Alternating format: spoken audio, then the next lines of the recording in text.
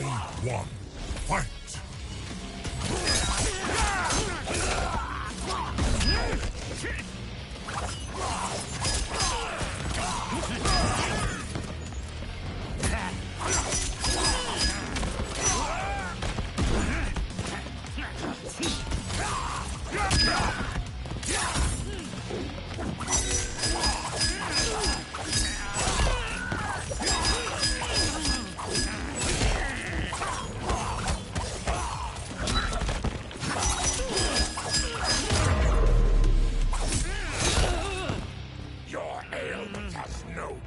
Round two. Fight!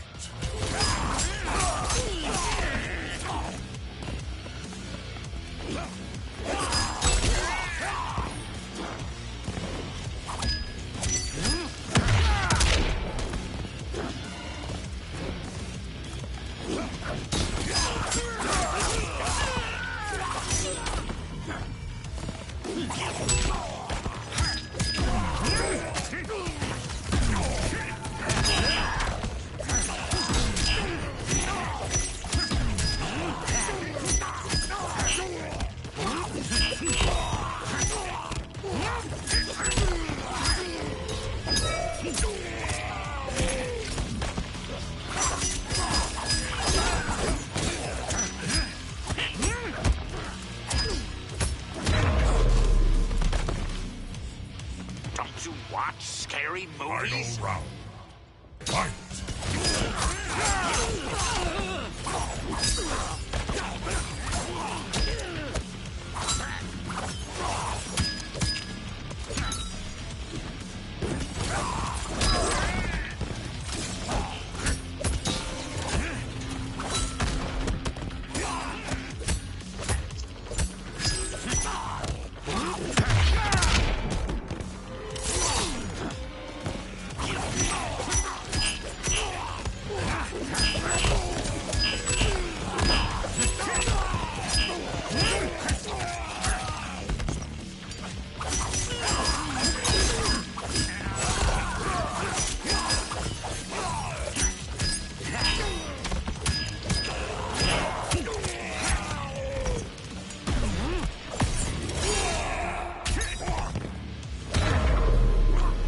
Finish him.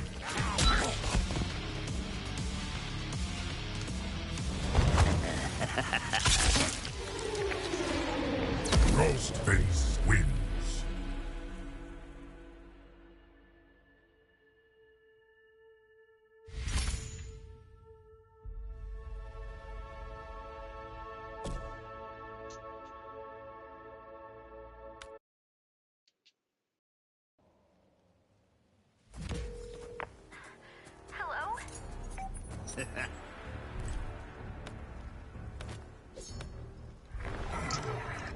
Smoke. Cyrax. Scorpion's Arena. The Hourglass. Kuai Liang is taking a big chance with you. He will not rue his decision.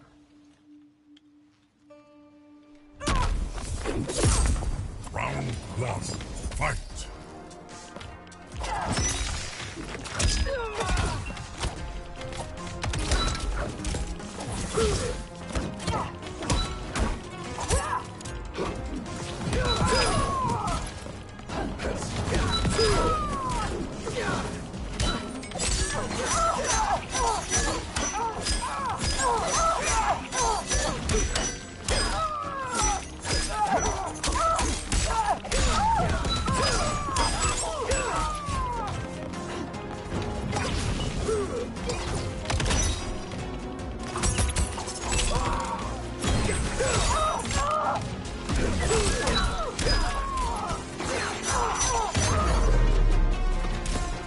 The past haunts me. Round two. Fight!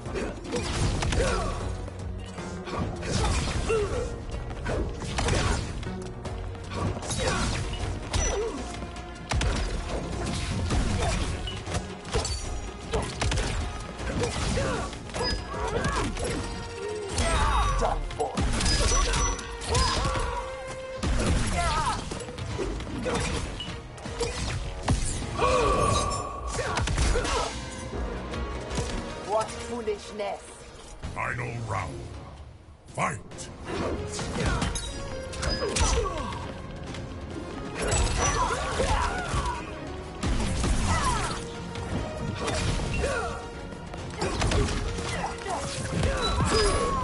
Another?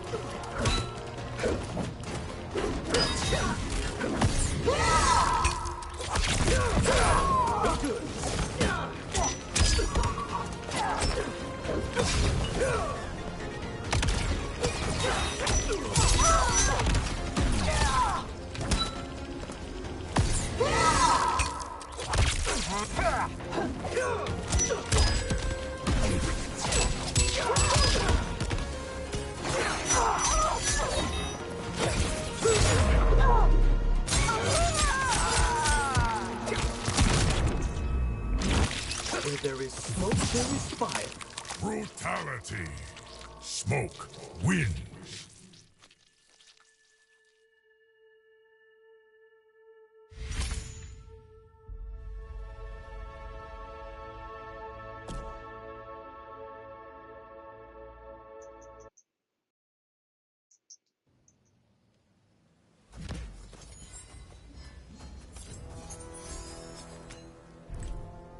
Smoke.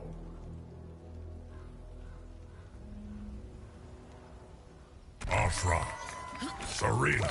Janet Cage.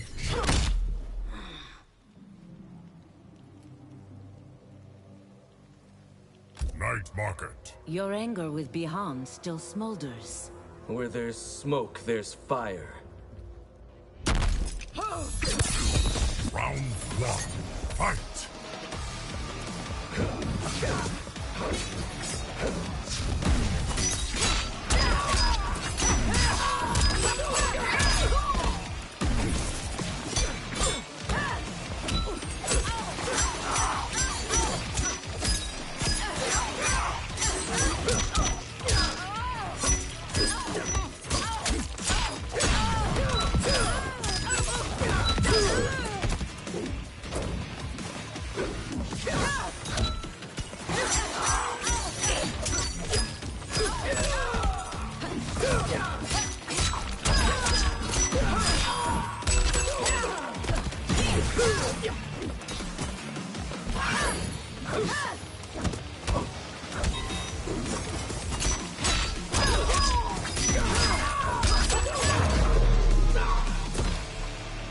Pay for your sins. Round two. Fight!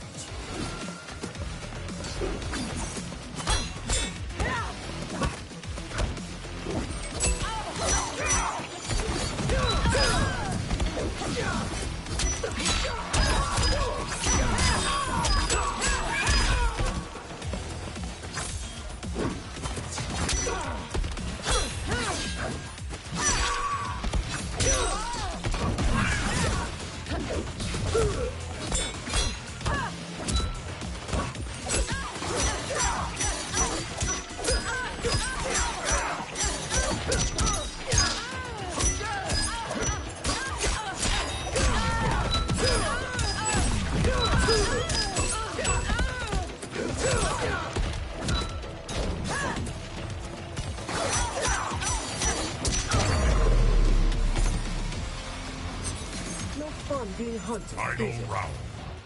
Fight!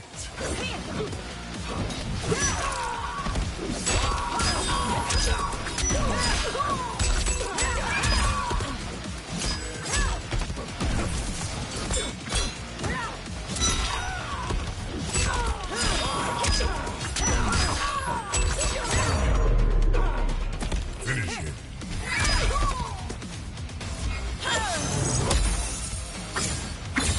Ashra wins.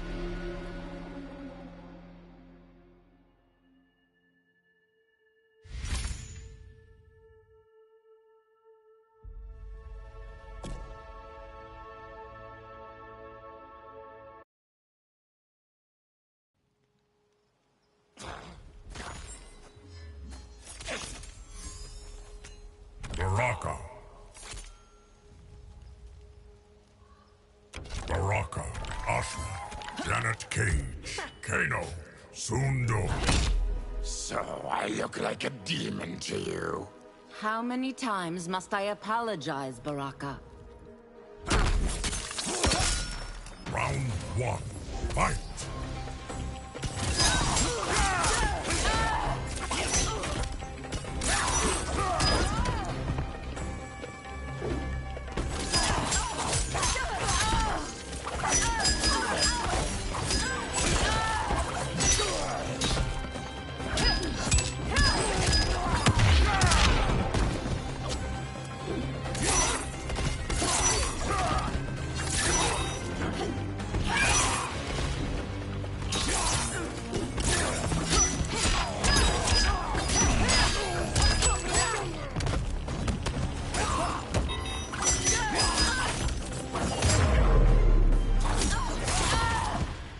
Must say. Round 2. Fight!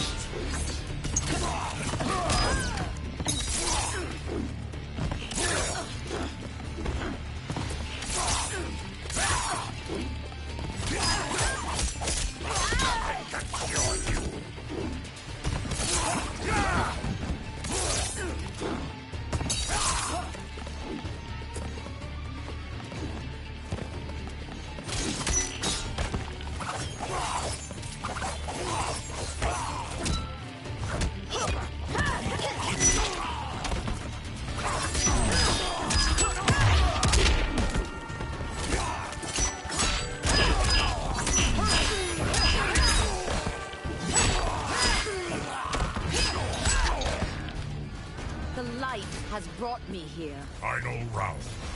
Fight!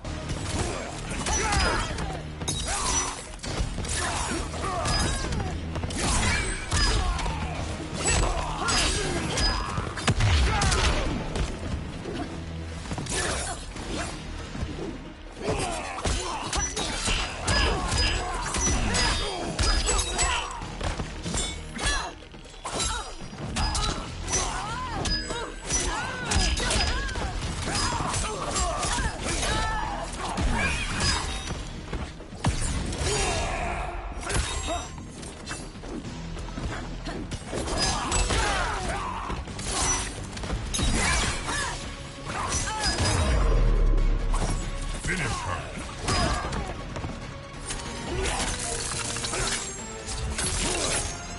Baraka wins!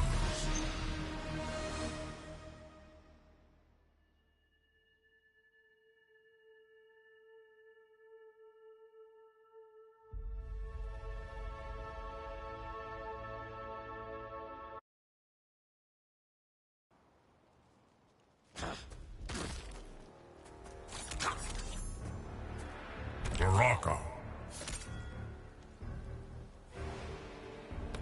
Melina. Kano. Scorpion for Gateway. Is there any hope for those like us? I pray to Delia every day for a miracle.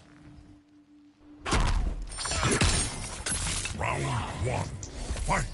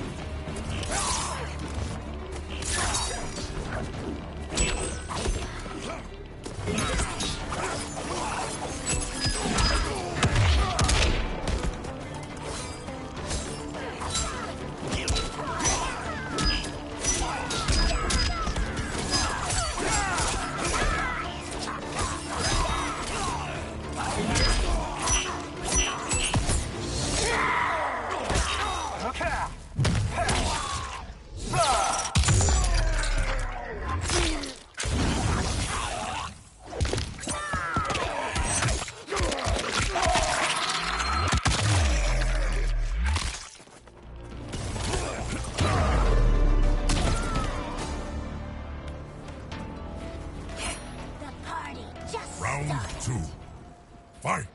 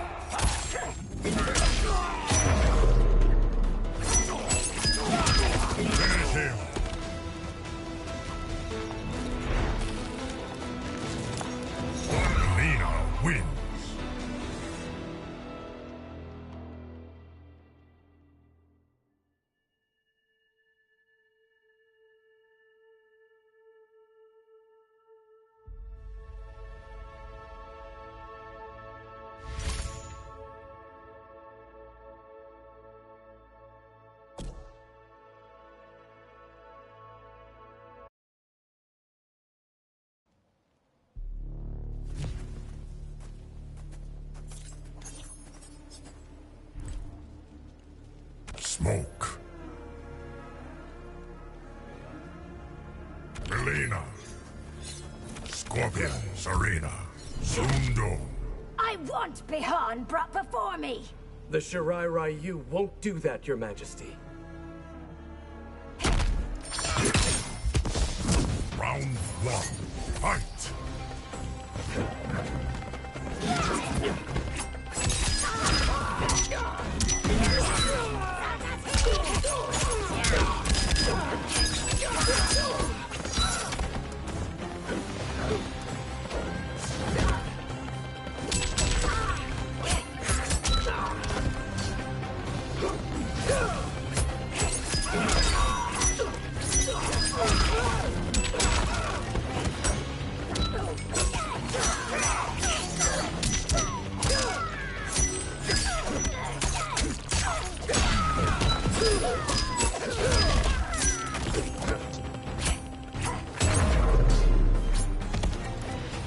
No one attacks Outworld!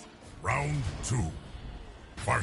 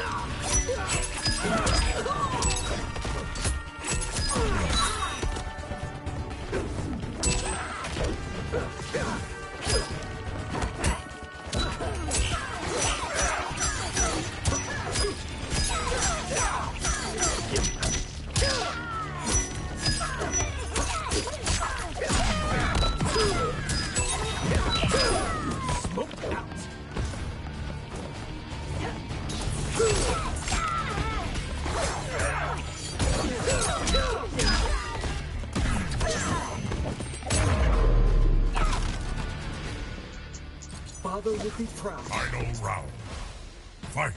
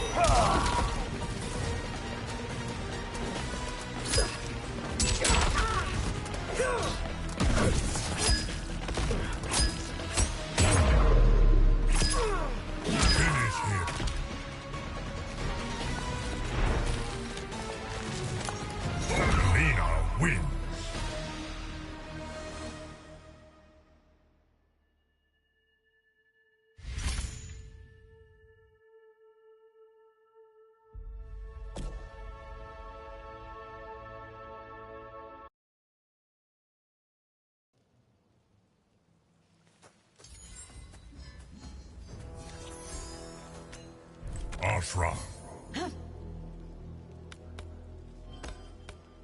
Melina. Janet Cage. Scorpion Zundo. The Order of Light will capture Quan Chi. When you do so, turn him over to me. Round one. Fight.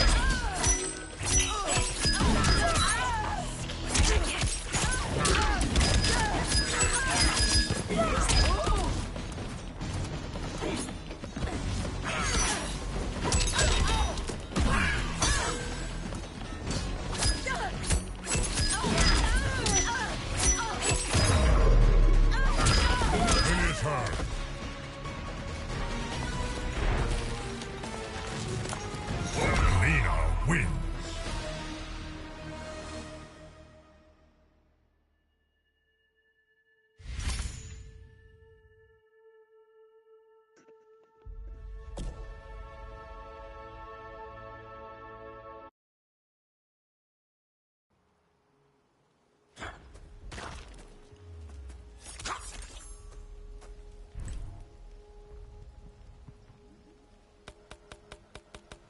Havoc. Kitana. Baraka.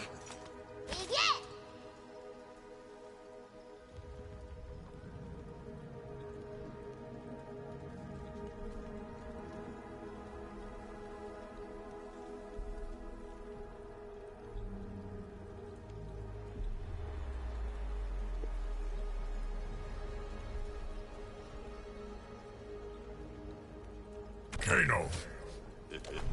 Corrupted forest. Few are born to privilege as you were. You think I am not aware? Round one. Fight.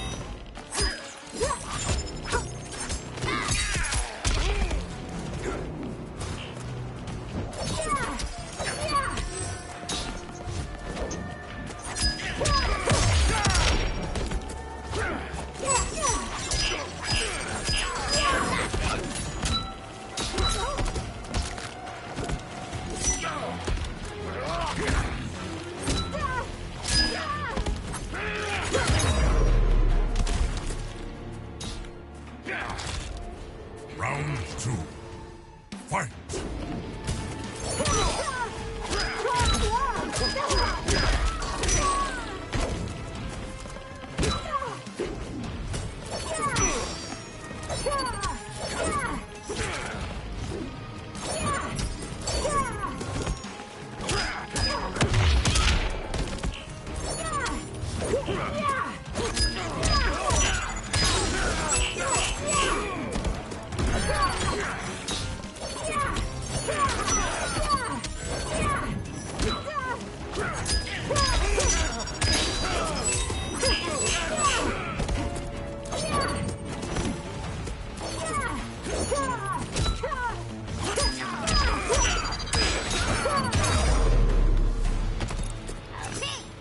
Behave yourself. Final round. Fight!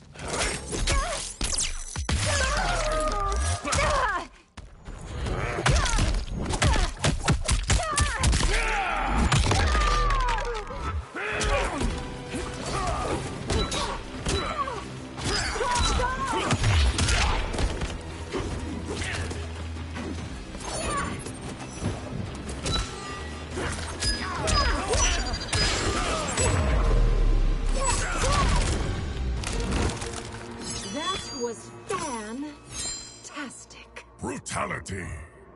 Kitana wins.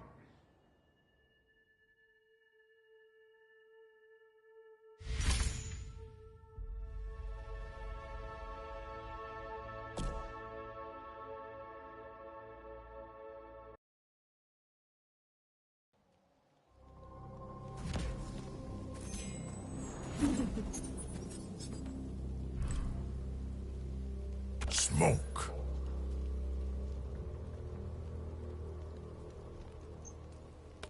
Kitana. Baraka.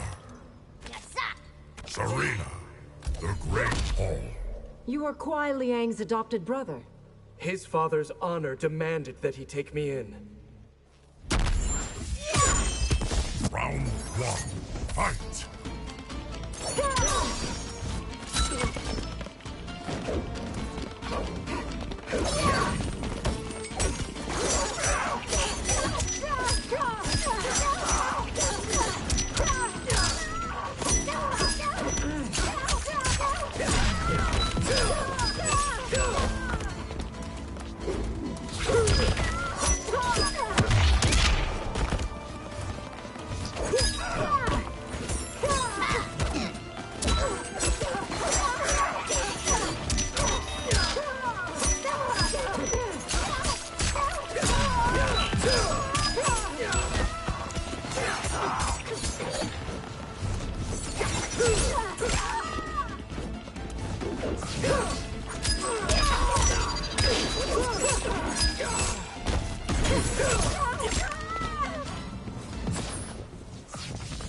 Round two. Fight.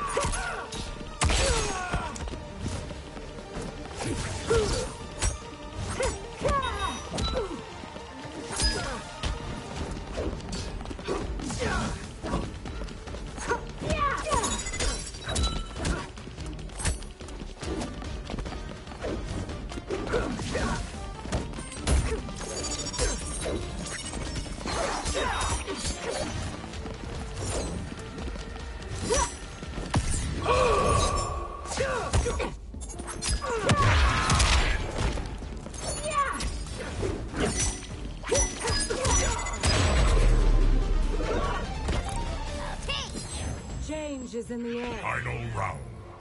Fight.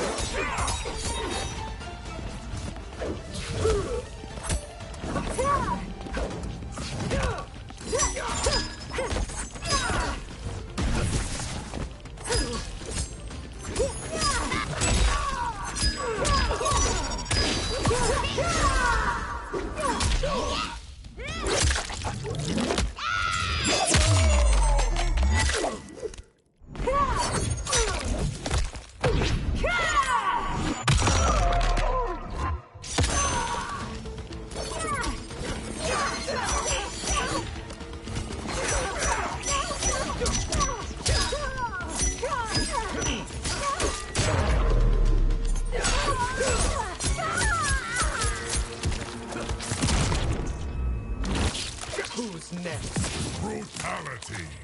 Smoke wins.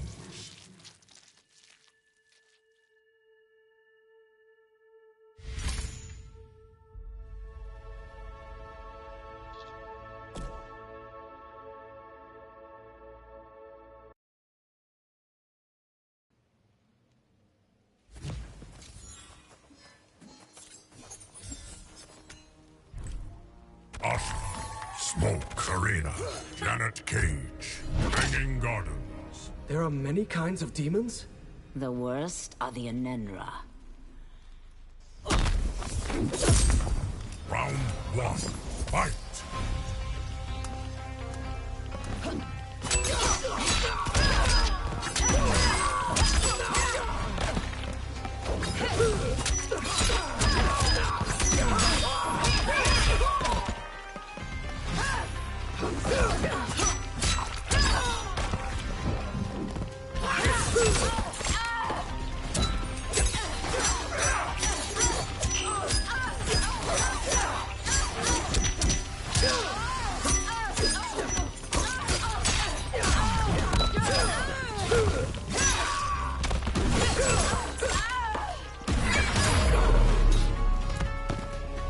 You are a glutton for punishment.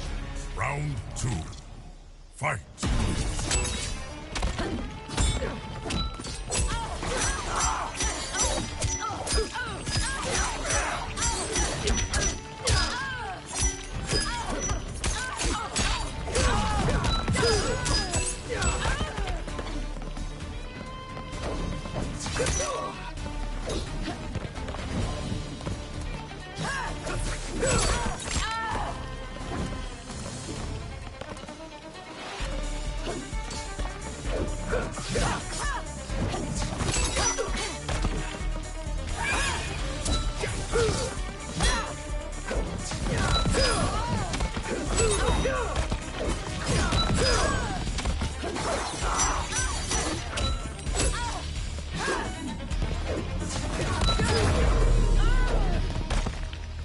As deadly as the dawn. Final round. Fight!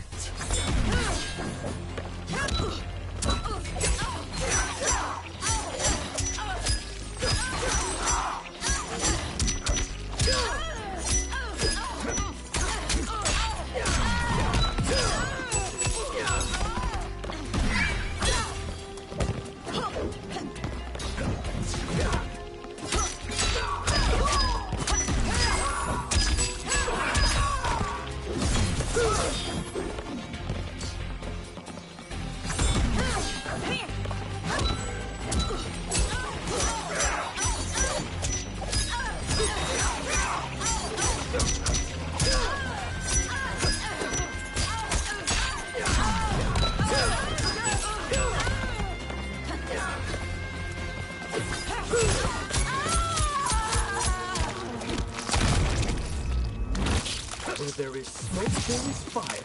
Brutality. Smoke wins.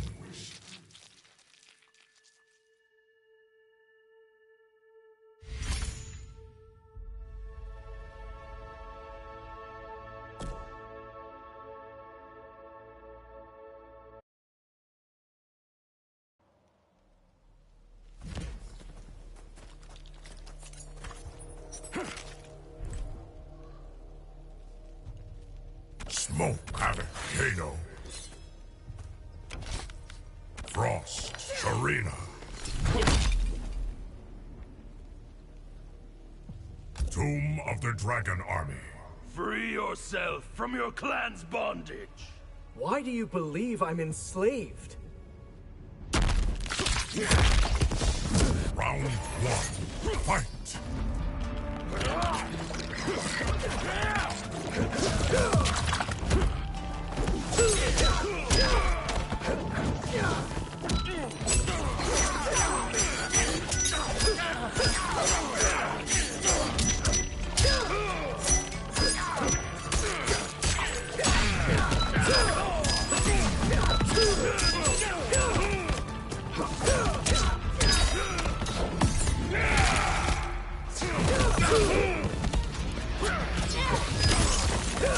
Where's your fight?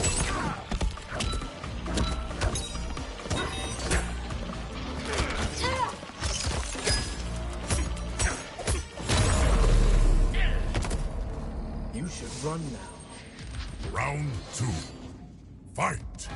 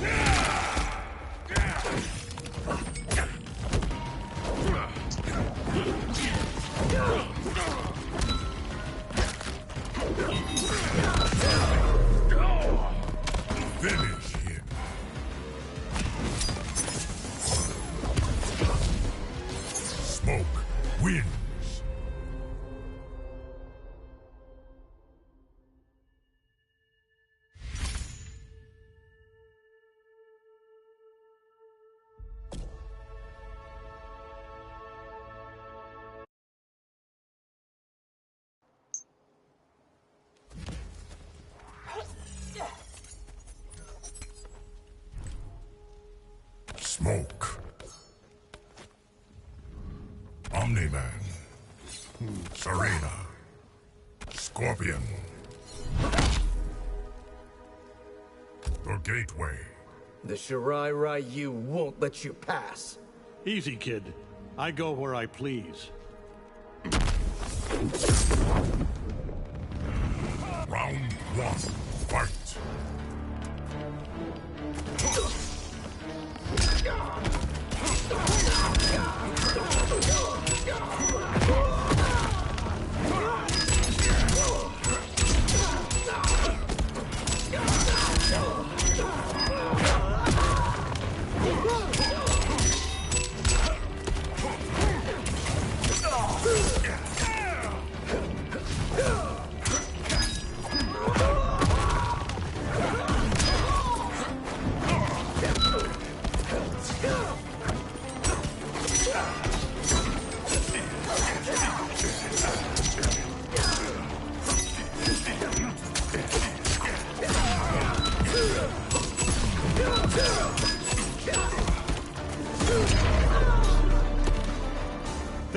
Think! Round two. Fight.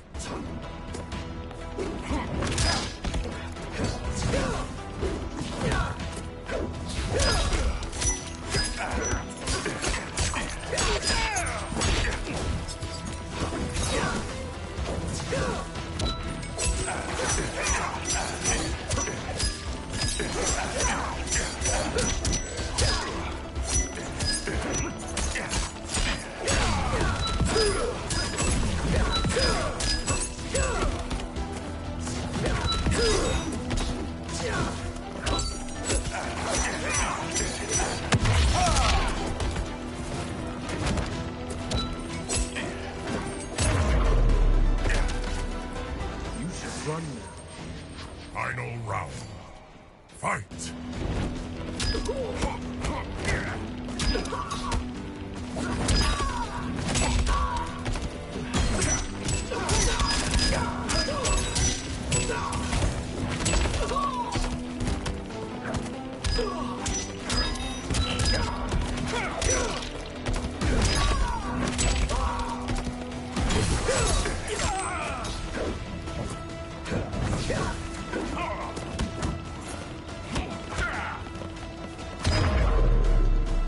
Finish him.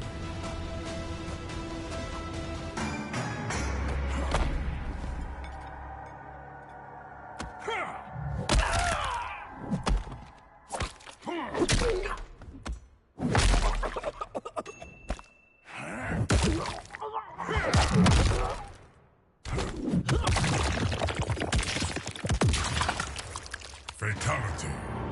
Omni-Man wins.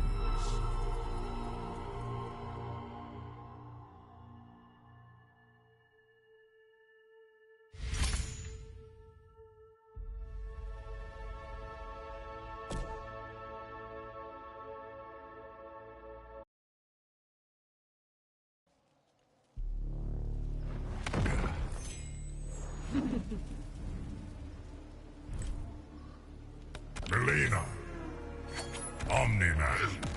Scorpion. The tea house. Outworld is the strongest of all realms. Good. I'll break Outworld first to prove a point. Round one. Fight!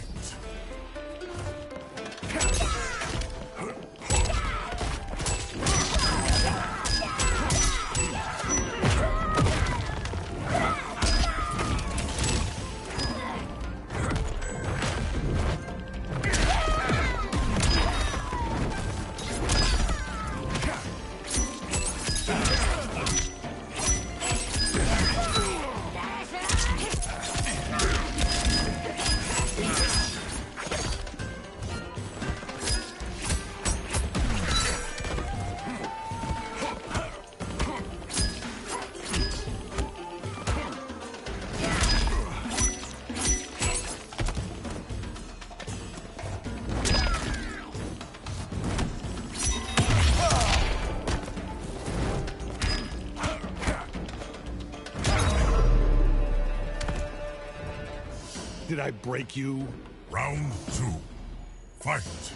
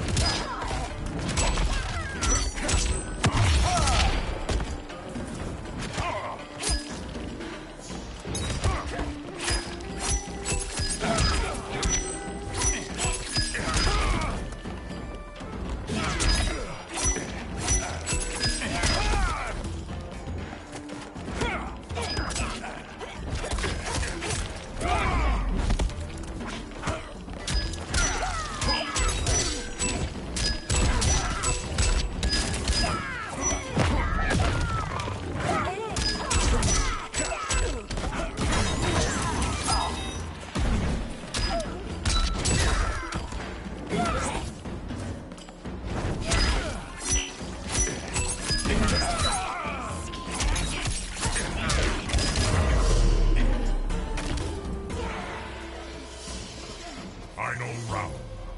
Fight!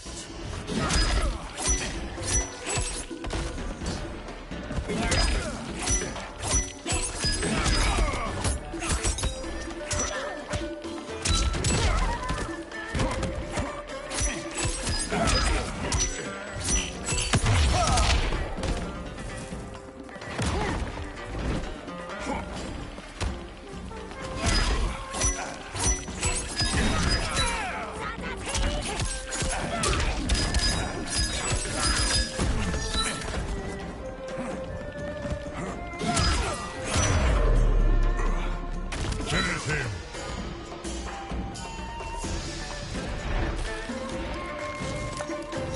Lena wins!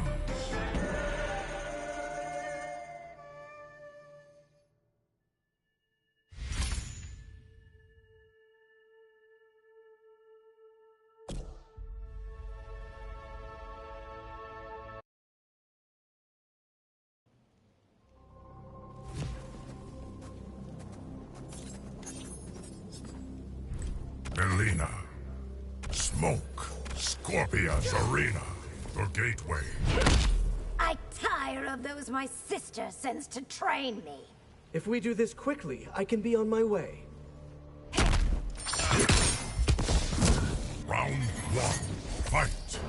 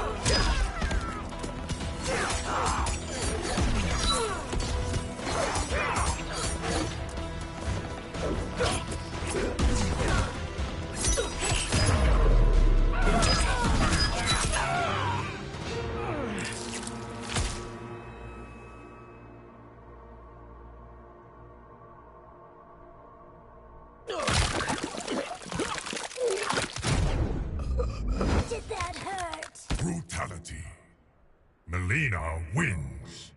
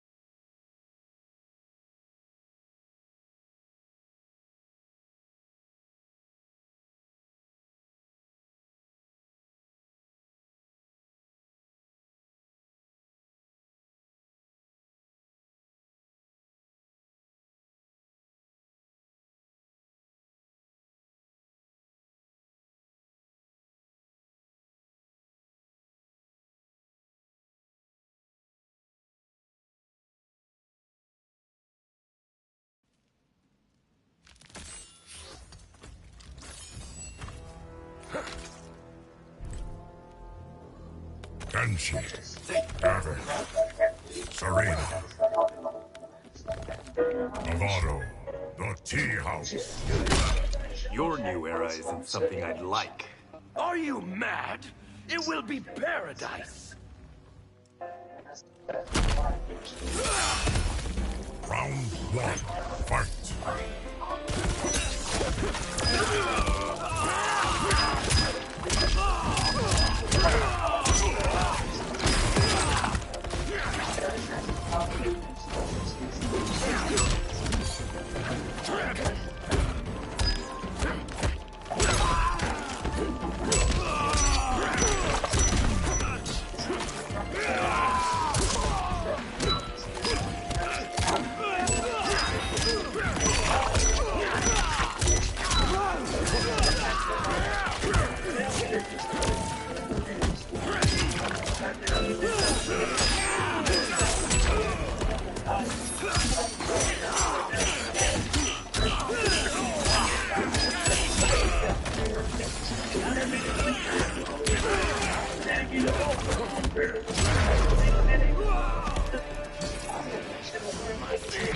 Round 2, fight!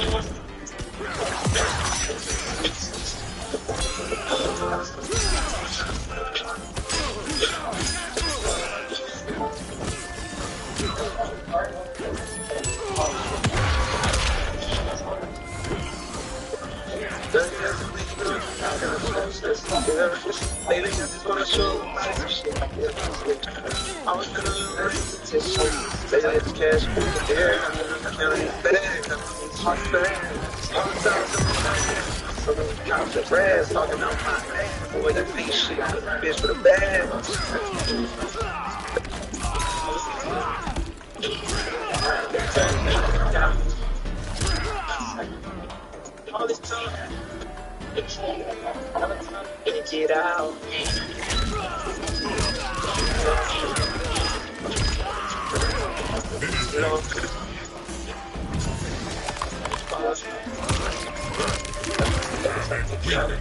I decided I ain't to finish, but the media called me a menace. I decided with the mere politician, I'm gonna change this. You can't lay my pants no more, I come for the inches. Some said I'd never be a superstar, but I know I'm different. I'm the voice, but the system ain't give me a choice. There's some people that's still unemployed. I know a fellow who trying to get forward. Child support, don't support.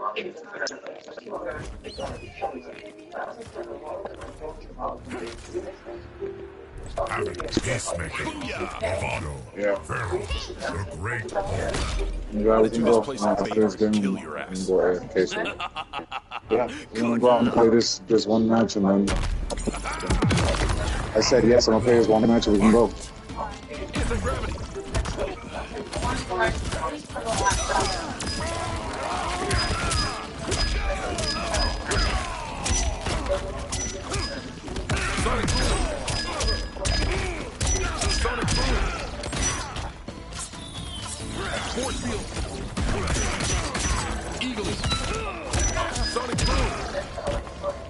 gravity.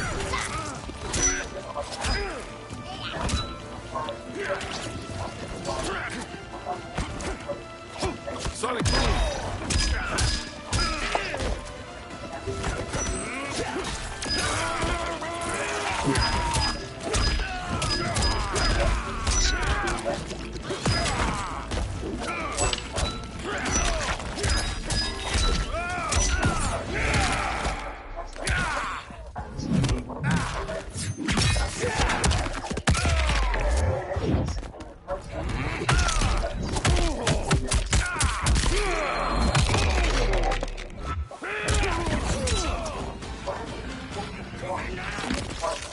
Round 2. Fight!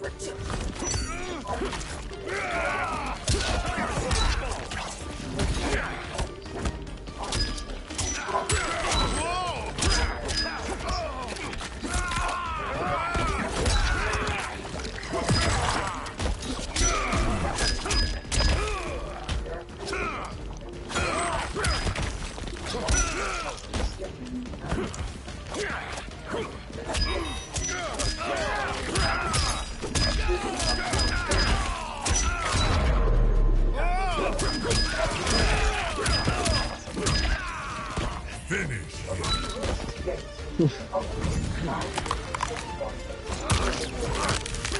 Hammond wins. It comes to that so terrifying. Because they're going to know what they're saying anyway. A few moments go by, and suddenly the sinners say, "You may have really thought, remember, but only you." The sinners open the gate and offer Virgil entry. They look over to Dante and command them strongly set this. Yeah. Dante starts speaking to his readers directly. Matara, Avado, Sonya Blade, the Gateway. Rain assists me. Why won't you? It won't aid my cause, Havoc. Round 1. Fight!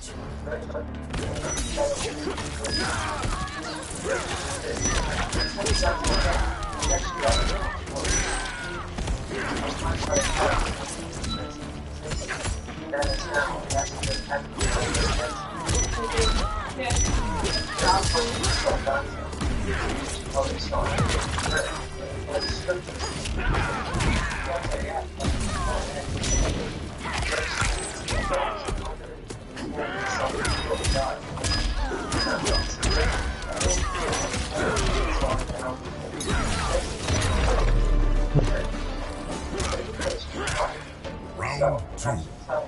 Fight!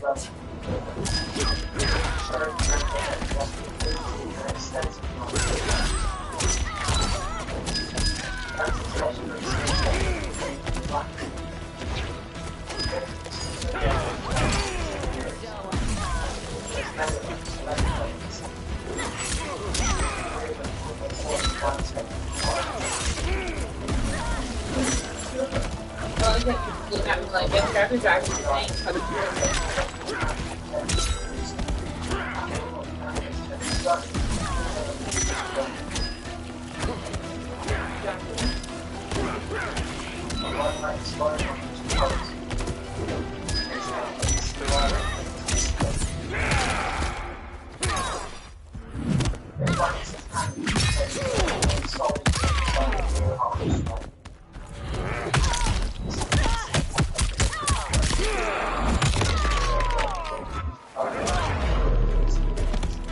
Finish her!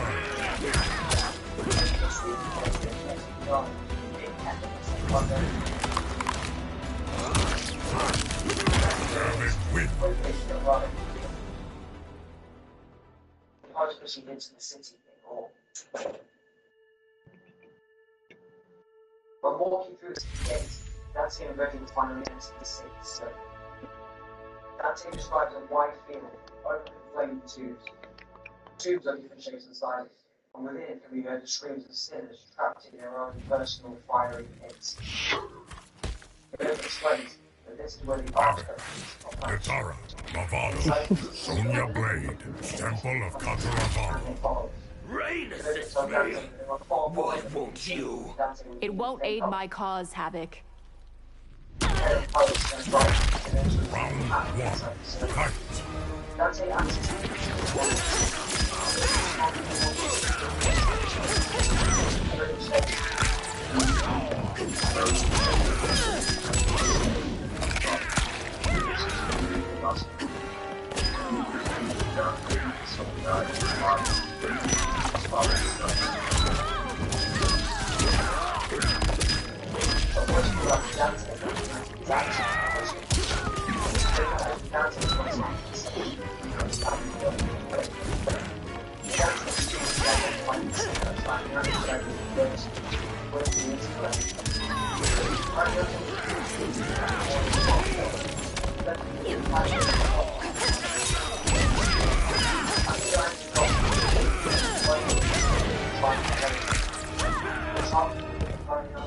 Flesh and blood. Round 2. Fight.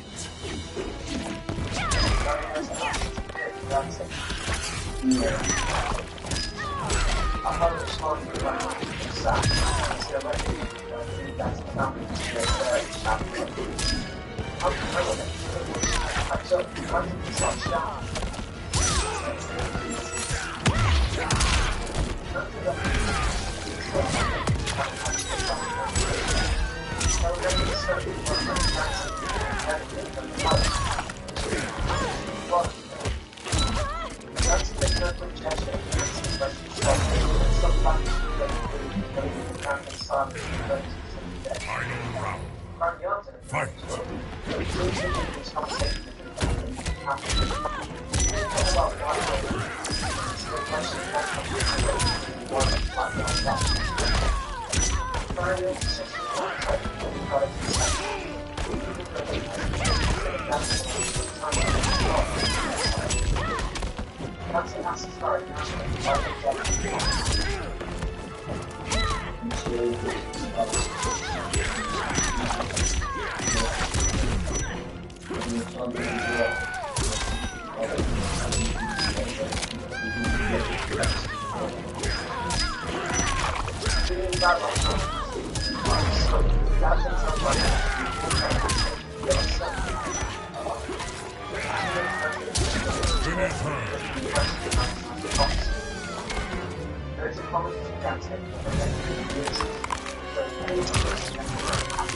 Havoc wins.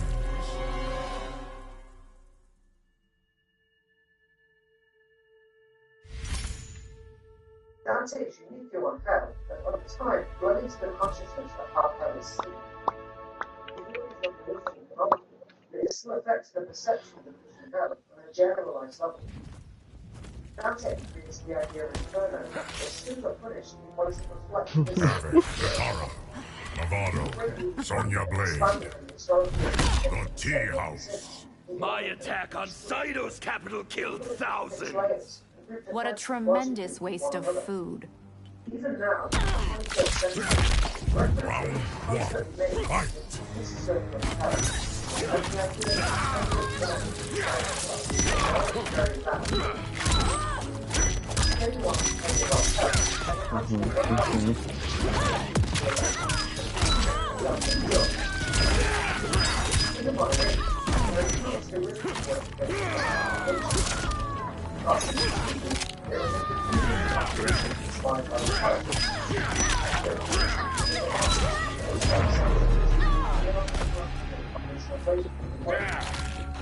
Round 2.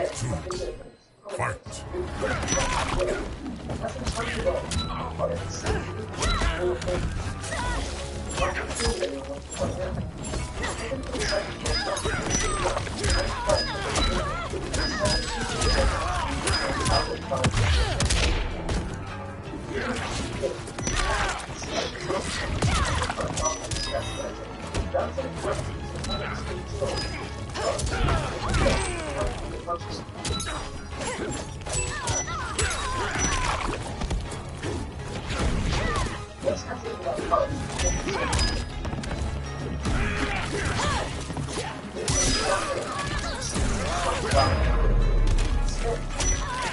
Finish her.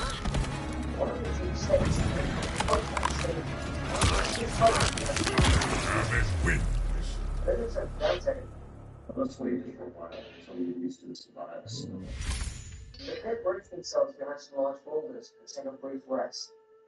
Instead of wasting their time, Virgil decides it is time to explain the perhaps overdue structure of hell to his companion.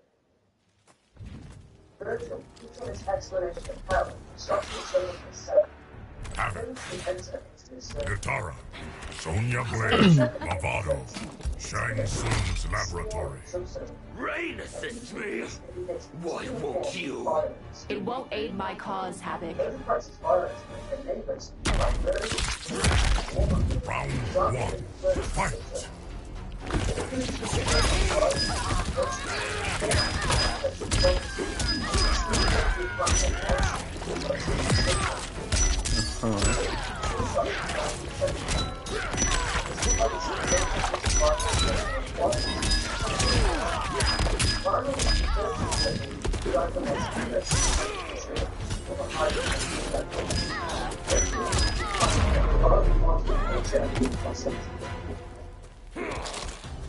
Round 2, fight!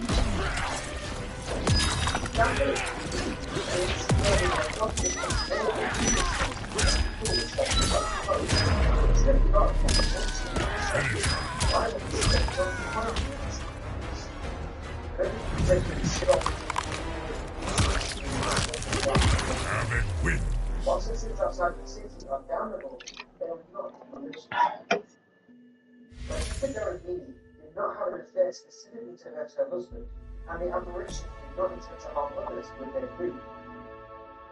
Virgil reminds Dante in Aristotle's book, divine sin is the divine system. Incontinence, bestiality, Katara, Sonya Blade, Lavado, the tea house. There's a surviving soul stealer. Where is it, Natara?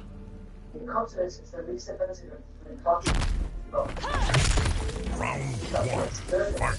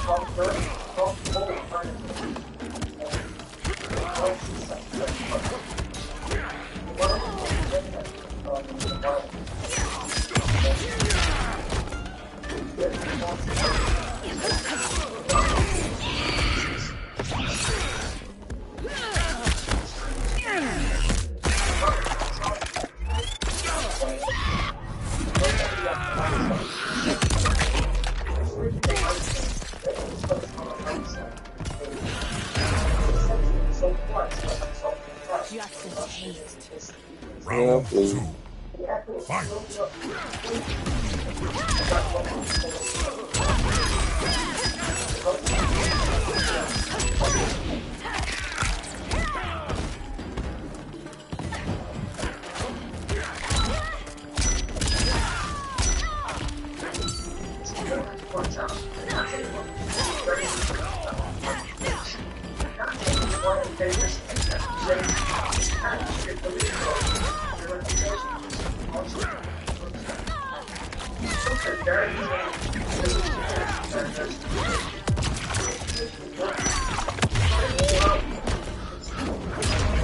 Final round. Fight!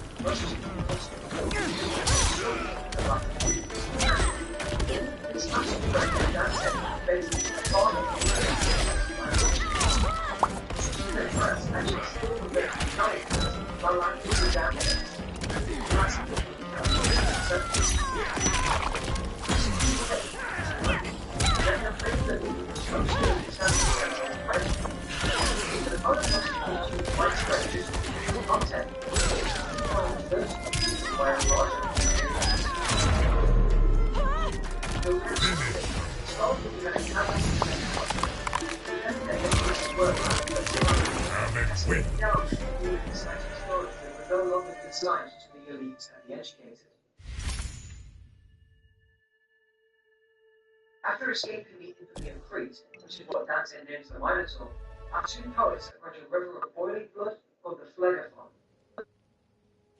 Within it are those little violent against their neighbors, covered in the blood of the river, just as they were covered in blood in their lifetimes. As any soul tries to leave the river, it can be set upon by water. Sorry, 1 sec. Version of Dante is suddenly set upon by many of the centaurs lining the river. Virgil demands to be the centaur leader. Yells, "Bring me Baraka."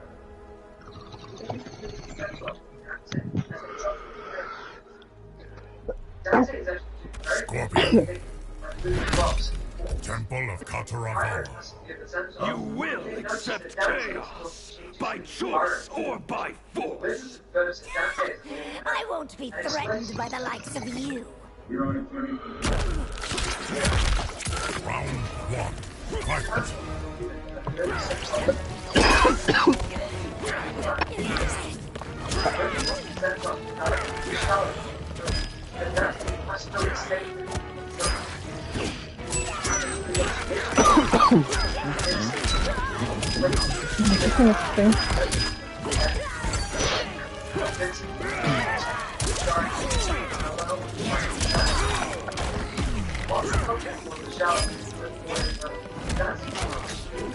Fight!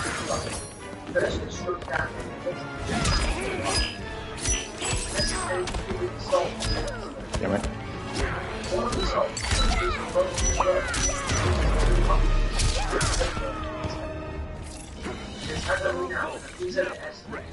Round 2. Fight!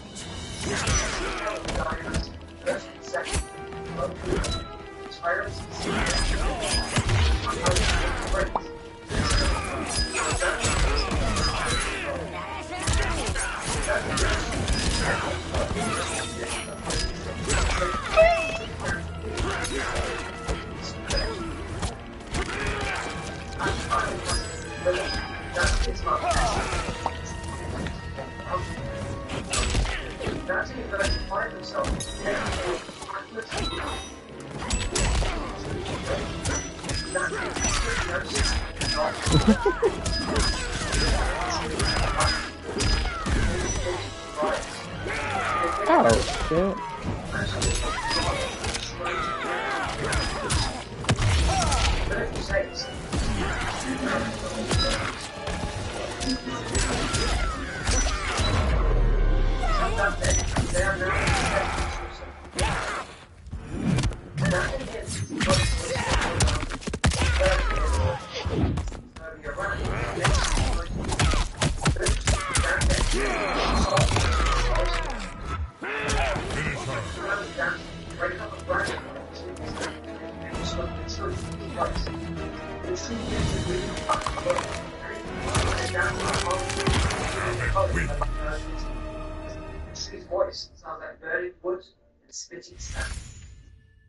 The tree explains that he and the rest of those in the forest were once the souls of men.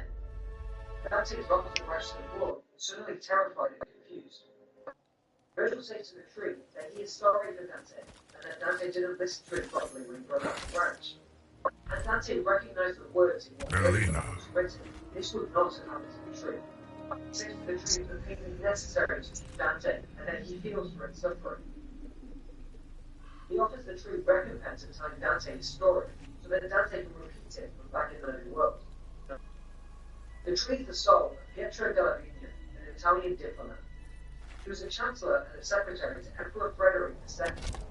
Della Vigna was born in 1190, and he rose to power very quickly, even as a high-ranking diplomat to the Emperor.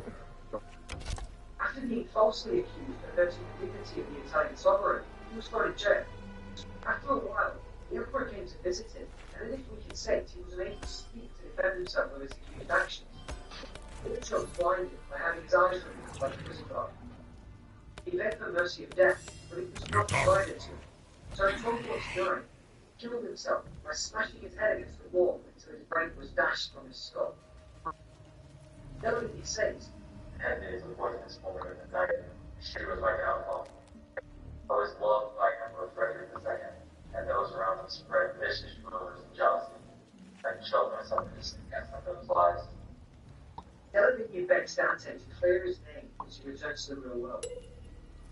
Virgil gives Dante a chance to ask questions, but Dante feels so bad for the soul, he doesn't have the world's rights. Melina. Instead, he asks how the becomes true, and if it's possible to mistake it for fate. Della Vigna responds, "It is clear to me that I am no more the spirit of a man, and Venus judges us in the Scorpion of honor. We find ourselves in this forest and don't have to walk on. We stop our Treasure chamber. Produce Hotaru, or watch Outworld burn. Sidon refugees will not be returned.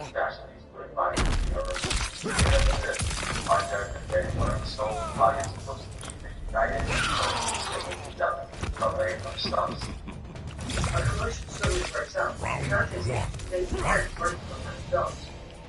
The smallest dog begs to be killed.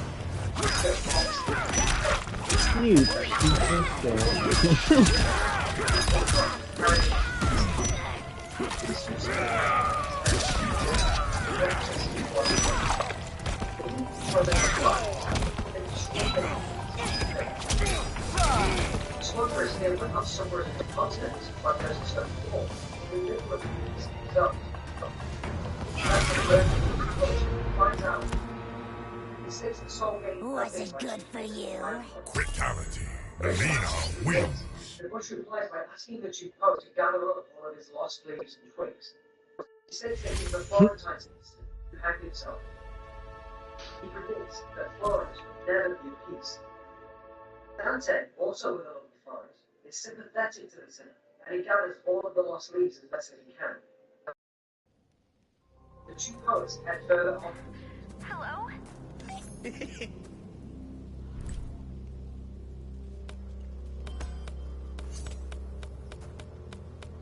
We've already seen a lot of art in the series from Dante's Inferno.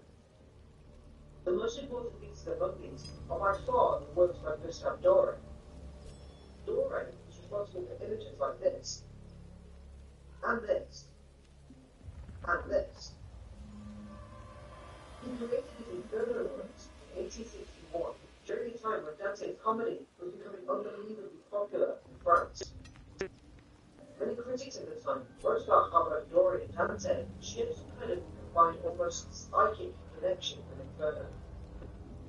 To date, his Dante artwork has occurred in over 200 publications, and it is the de facto artistic representation of modern comedy.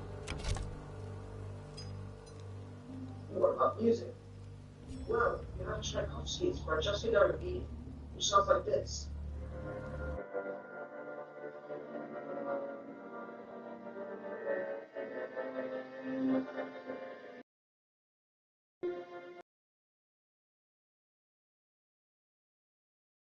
Franz Liszt also produced a number of classical melodies based on the comedy.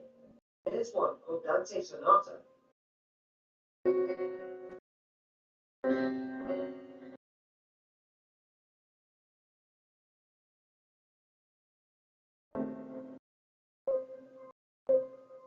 Claudio Monteverdi, in the early 1600s, quoted directly the words of Jimmy the gaze of Dante's hand in his opera, L'Orfeo.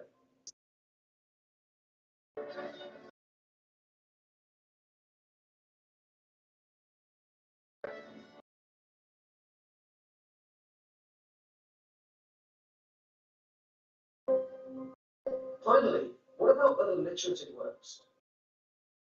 John Milton, the poet who wrote the incredible poem Paradise Lost, had an avid knowledge of Dante's work, utilizing some of his ideas instead of his own poems. Karl Marx, the historical inspiration for Marxism and eventually communism, copied quotes from Dante's Purgatorio directly in his book on capitalism. And finally, Geoffrey Chaucer, the father of English literature, was a massive lover of Dante's works. He personally translated them, and he referenced them a lot in his own literature. The point is that throughout history, all of these tiny references come together as a whole. They can be used to shine a light on some of the massive exposure that Dante's Divine Comedy has gained through the works of other people. Many of these people, great influences themselves. Is it really any wonder that Dante's poems endured so long? In the middle of the forest, in a clearing, the poets find themselves on a dusty, flat field. Dante describes this new area as an island of sand in the middle of a forest, and more explicitly, a horrible art of justice. Huge flocks of naked sinners litter around the plain. The sinners are running, laying, or sitting, whilst it rains giant flakes of fire on top of them. The fire ignites the sand like kindling, burning the sinners even more. The ones that are laying make the most noise because they are the most burned. These are the blasphemers, the violence against God. The running sinners are those who are guilty of crimes against nature. Finally, the sitting sinners are the violence against art, high interest moneylenders, which Virgil explained about in part 5 of this rundown. Laying alone in the sand appears a giant man shouting insults at God. When overhearing these insults, Dante asks Virgil who he is, and the man angrily sits up and replies for himself. He proclaims his anger and defiance at God. Job will never be able to take revenge on me for his sins. Even Job blast down all his lightning bolts. He would never succeed. The sinner next speaks a very important line of information. He says, As I was alive, will I always be condemned. This is crucial because it puts front and center the main issue, which up until now has been overlooked. The issue being that in hell, sinners do not seem to grow or change or repent. The sinners are forever the same. This can be represented in the case of Cavalcante back in Circle 6. Cavalcante cares a lot more about his son than his own eternal punishment. In fact, most of the characters that Dante sees put across an indication that they care very little about their current circumstances at all. Sinners in Dante's Inferno create their own hell because of who they are.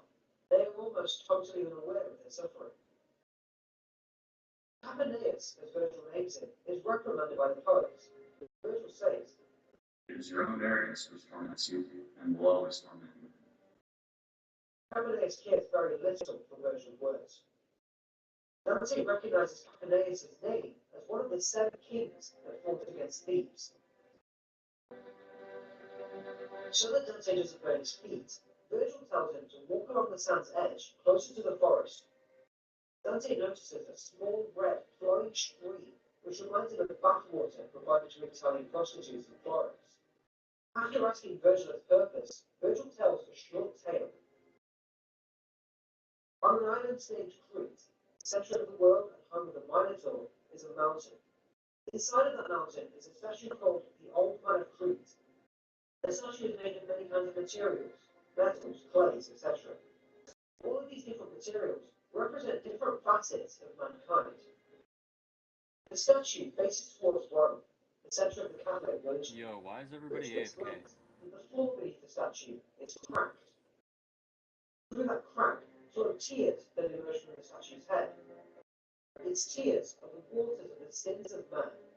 They filter through the earth through the crack and become the 3 rivers of hell, Acheron, Styx, and Phlegethon. This tale drills down even further that Dante is presenting a hell which is both physically and spiritually created by mankind. The poets are now walking along the Phlegethon once more within this subcircle. They are walking past the Sodomites. The sinners on the sandy plain gaze over to the poets lustfully and squintingly smile like tailors staring at needles. They're rushing around trying to avoid the flames. A soul suddenly shouts out from among the sinners to Dante that this encounter is quite amazing. He says it is wonderful to see him. Dante struggles to make out the sinner from his burns, and he asks if he is Brunetto Latini, his old mentor. Brunetto confirms and says, "We should walk together. If I stumble with me, I will be forced to like the firing rings for a century." Brunetto and Dante share a very familial father-son relationship. Brunetto actually refers to Dante as my son throughout the exchange, and Dante speaks in a very respectful and honourable tone in return, something that he doesn't offer to all the sinners. They speak about each other's work, and Brunetto talks about how he wishes he was still alive to have encouraged Dante in his pursuits. Brunetto prophesies that Dante will be hunted by both Guelphs and Ghibellines in his future. This had already come to pass by the time of writing Inferno. Brunetto mentions 3 sinners that exist within his circle when asked by Dante: Christian, Francesco de Corso, and Bishop Andrea de Mozzi. After this, he suddenly says that he has to depart. Brunetto indicates that sinners are arriving who he doesn't want to be associated with. Before leaving, Brunetto advises Dante to speak of his book, The Tesoro. He says to our poet that even though he is dead, through his works, he will live on forever. Dante and Virgil begin to approach a waterfall, which flows off of the cliff into the 8th circle. Dante witnesses 3 burned souls rushing up from the opposite direction. The men are from Florence, and Virgil urges Dante to deal with them. The 3 sinners pull on freedom of the poets, so they can keep moving past himself. They recognize Dante by his confidence. Themselves as Guido Guerra, Gaio Alvagrande, and Jacopo Busticucci. Dante recognizes them as Guelphs that try to dissuade the Florentines from fighting on Monteverdi. Jacopo asks Dante if Florence is still a good place. He remarks that all of the newcomers he say bad things. Dante yells loudly that Florence is suffering from excess of pride. The 3 sinners praise him for his powerful words in parts. The poets follow the bloody river to its end. Virgil orders Dante to loosen his rope belt. Virgil throws it over the precipice of the cliff. Dante feels that this is slightly strange, but he trusts his guide. Dante is expecting something to happen, and Virgil, seemingly reading his mind, confirms that what will happen very soon. Behold the beast, whose stench fills all the world. A monster emerged from the waterfall beneath it, called by the throwing of the corn. The beast has the innocent face of a man, 2 giant wings, a poisonous scorpion-like tail, the body of a serpent, and a hide braided into knots. Virgil tells Dante that this beast is their path forwards. Dante spends the next few moments imploring his reader that what he is seeing is true, no matter how outlandish and unbelievable it sounds. Just as they reach it, Virgil spots 3 sinners sat on the burning floor nearby. He tells Dante to go over and talk to them whilst he negotiates with the beast to carry them to the 8th circle. Dante walks understandably quickly away from the strange-looking monster to the 3 sinners. These are the high-interest moneylenders. They're wearing pouches around their necks, which they stare at. Pouches are replaced with family crests. Dante doesn't recognize anyone there. One of them spots the poet and is incredibly rude to him. He yells at Dante, telling him to leave them alone. Dante casually compares them to oxen and retreats back to Virgil. Virgil has succeeded in gaining the beast's trust. He tells Dante to mount the monster's shoulders to be protected from the venomous tail and back. Dante feels shame that he has a lot of fear whilst Virgil is showing none. He mounts the creature all the same. Virgil embraces Dante so that he is securely attached to the beast. Next, he calls the monster by name, Geryon, ordering it to take off and carry them gently. The beast steps off the cliff like a boat meeting the seas and begins flight. Dante is terrified. He imagines himself as Icarus, about to leave the sun for his reckless daring. The beast gently circles downwards alongside the waterfall. At the bottom, the 2 poets climb off of Geryon and it flies away. The poets have now arrived in the 8th circle.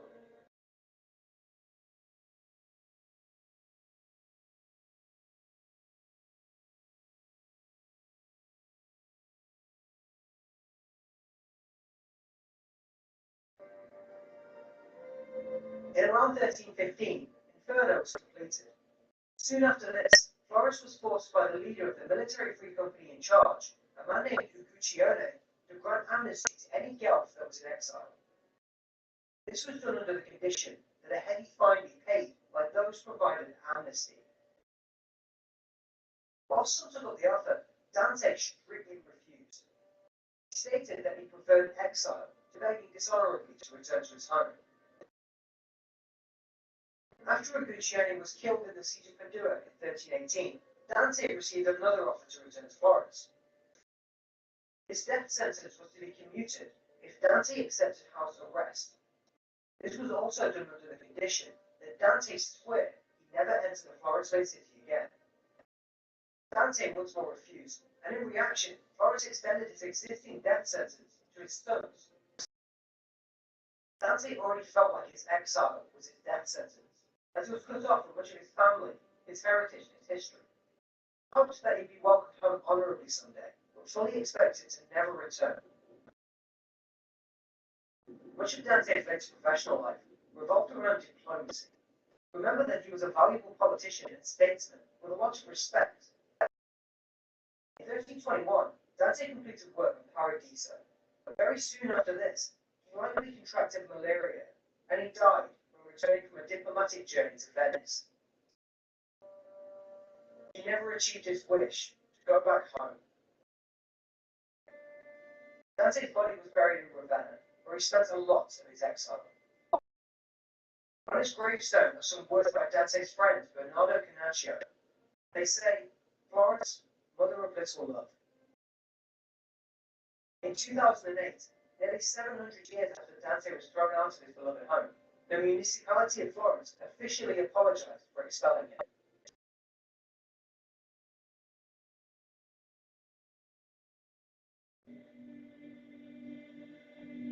Our poets now look over the 8th circle of hell. Dante describes it as malevoce, roughly translated as evil pouches or evil pockets. The circle is a cavern of dull reddish coloured rocks. Hewn into the stone are 10 trench-like chasms where different aspects of fraud are punished. Dante describes it like a series of moats with bridges built across them. The closer you get to the centre, the more serious the sin, the worse the punishment is. Our poets walk towards the first trench, or as Dante calls it, the first pouch. Nude sinners inside walk back and forth alongside the two walls of the pouch. They are the panderers and seducers. When the sinners reach a demon standing on top of the pouch, they are whipped by that demon, forced to walk the opposite direction. Amidst the salt, Dante spots Benedicto Caccianamico. Saul tries to hide his face. Dante asks Benedicto what brought him to hell. Reluctantly, the soul states that he managed to get his sister, Pistola, to do sexual favors for a marquis for money. This makes him a panderer, or almost like a pimp. A demon intervenes suddenly and strikes Benedicto, telling him to move on. The poets continue on towards a small bridge, and Virgil says to Dante, "Here come the souls wandering inside that wall." Dante sees Jason of the Argonauts amongst the tortured souls. He's punished for abandoning Hypsipyle. He promised her fidelity and sailed away anyway, forgetting his vows. This makes him one of the seducers.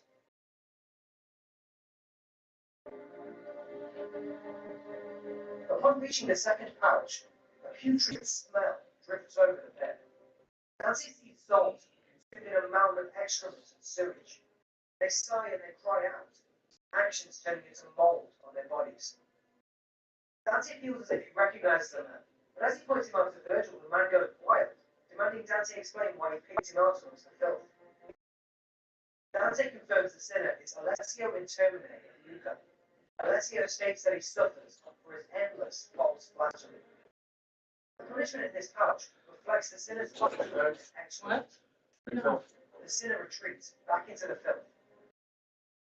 Virgil points out another soul named Thais. She was a prostitute who was punished for thanking her lovers excessively and insincerely after sex. Honestly, I genuinely forgot them. Virgil says They've seen enough of this pouch. When I leave, babe, I'll just have you pull up to the back. I'll go to the back door. Let's move on to pouch number 3. Dante knows immediately that this is the pouch of the Simonists. Simonists are holy men who sell their powers for favors for others. Their punishment is to be buried upside down in holes the size of baptism basins, with only their feet protruding from the rock. The soles of their feet are also on fire. Their punishment is eternal suffocation and immolation. One of the souls has a much hotter flame than the others, and is clearly enduring much more torment than any of the other sinners present. Dante decides to go down and get a closer look. The sinner is Pope Nicholas III. Nicholas says, Ah, Boniface. I'm surprised you arrived in hell so soon to take my place. The sinner is confusing Dante with Pope Boniface VIII. Our poet corrects him, stunned that he is being compared to a man that he hates so much. Nicholas tells his story and explains this pouch of hell. I was once the Pope. I wore the great mantle of the papal office. In life I was a Simonist, but I promise it was only so that I could tend the first of my family, not myself. And for that I suffer. Nicholas explains that the successor in this punishment always takes the place of their precursor. Directly beneath him are cracks in the rocks where other popes are buried. Boniface will one day come to take Nicholas's place in this inverted prison. Nicholas will then sink further into the ground to make room. It is clear that the entire bedrock here is lined with Simonists for many, many layers, completely buried upside down. Dante looks down on the sinner and asks how much Christ charges Peter before giving him the peace and the family. Nothing. Dante pronounces the punishment just, and he continues for a while until he makes a rough tread of the church.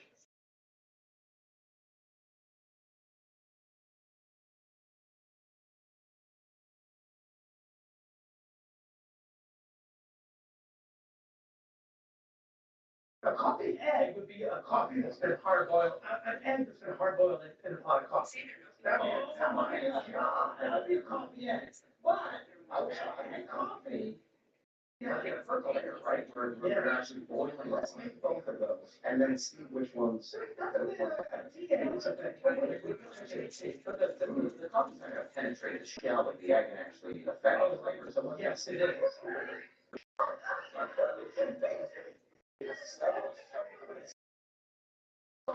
You were so clear, and you're so sure that, oh, yes, it will. And then goes, it's certainly will. You call yourself, how the penetrate the shell of the egg? By the way, I love your passion for this. I really do. I would say that I got a tea egg. I got a tea egg, which was an egg that was boiled in tea. It was squished. It tasted like tea. Very good. I've never heard of that. A tea eggs? Yeah. What is this? It's in other cultures, man. What culture? Japan. Oh.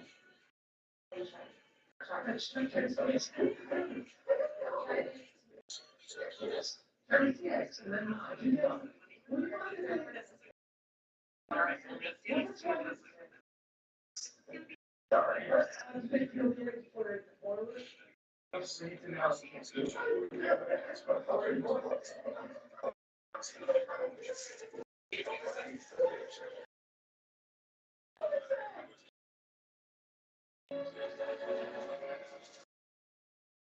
To move past the whole, yeah, I'm sure I don't know. I see what I did good show. Well, I thought I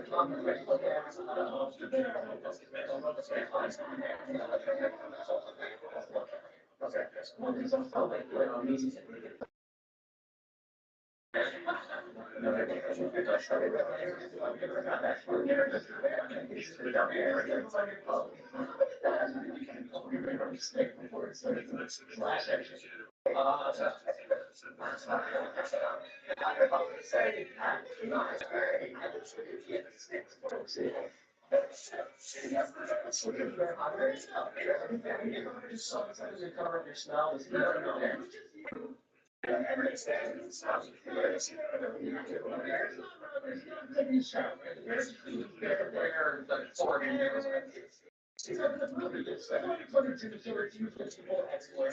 he brought the bear and starts to do it. So he grabbed his bear. And he's going to say, "Oh, the bear's like, you know what I mean? The bear's like, this guy there. He fucking this guy there. I can run, he fucking the bear's like, I mean, like,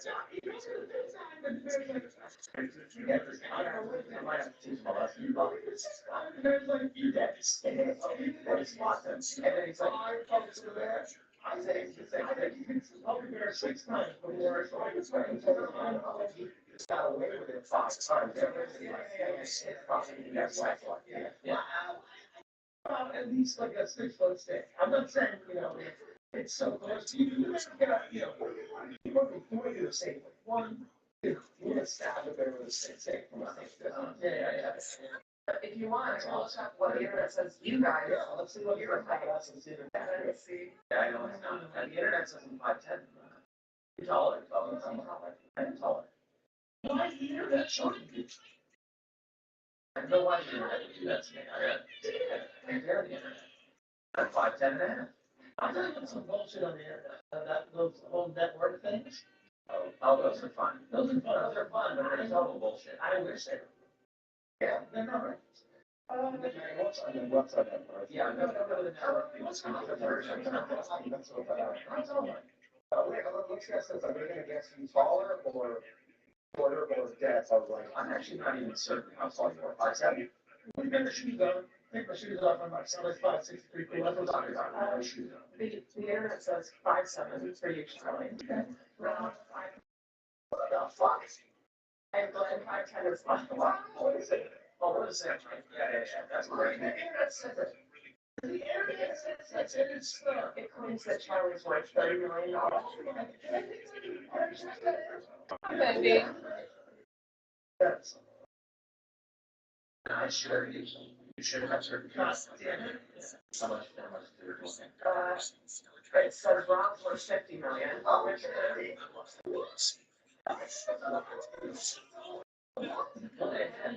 25.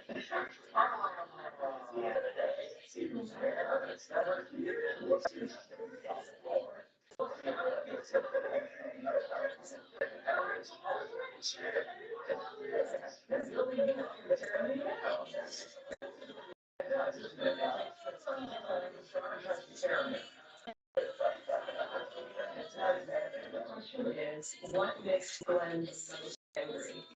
The thing about this is that so many things make me angry. So I wrote down a sort of broader category which would encompass what you wrote, Charlie. I have one second guess on writer for this day. Did you ever learn life? I think I know what you did. Through compilations of like classic Hollywood bloopers from like the 50s and stuff. It's talking about, you know how like people used to talk about like midlife? Yeah, is that what midlife? It was midlife. Yeah, it seems very British. It's like, that's what I call midlife. Halfway essentially. Okay. The sun of your house, the sun is just coming up in the house, and I think I have this like super harsh on the light. You look lit. I've been doing this since 2020, so I have lighting set up. Well, I'm not really. You're a fucking bitch, dude.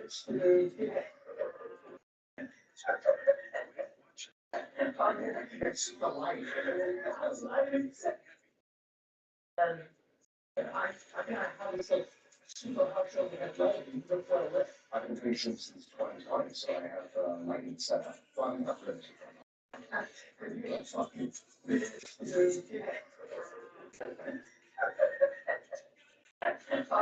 It's the light. Lighting set up. I do want to make this very clear that I never took martial arts in my entire life. Once. Yeah, So what you're about to see is happening in real time. Ninjas don't kick in doors. For the record, it's sneakier. They're sneakier than assholes.